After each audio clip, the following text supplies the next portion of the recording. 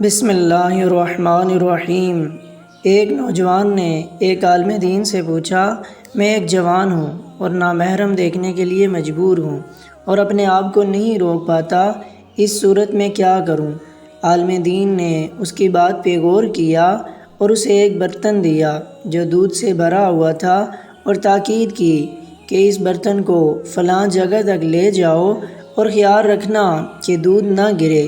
پھر کہا، میں خود بھی ساتھ چلتا ہوں، اگر تم سے دودھ گرا تو میں سب لوگوں کے سامنے وہیں تمہیں اس چھڑی سے ماروں گا۔ جوان دودھ والے برتن کو صحیح جگہ تک لے گیا، اتنی احتیاط سے کہ ایک قطرہ بھی دودھ کا نہ گرا۔ تب عالم دین نے اس سے پوچھا، راستے میں کتنی لڑکیوں کو دیکھا؟ جوان نے جواب دیا، کسی کو بھی نہیں۔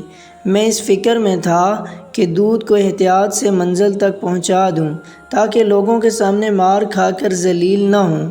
عالم دین نے کہا، یہ اس مومن کی داستان ہے جو خدا کو ہمیشہ اپنے کاموں پر حاضر و ناظر جانتا ہے اور قیامت کے دن وہ نہیں چاہتا کہ اپنے حساب و کتاب کے ذریعے لوگوں کی نظروں سے گرے۔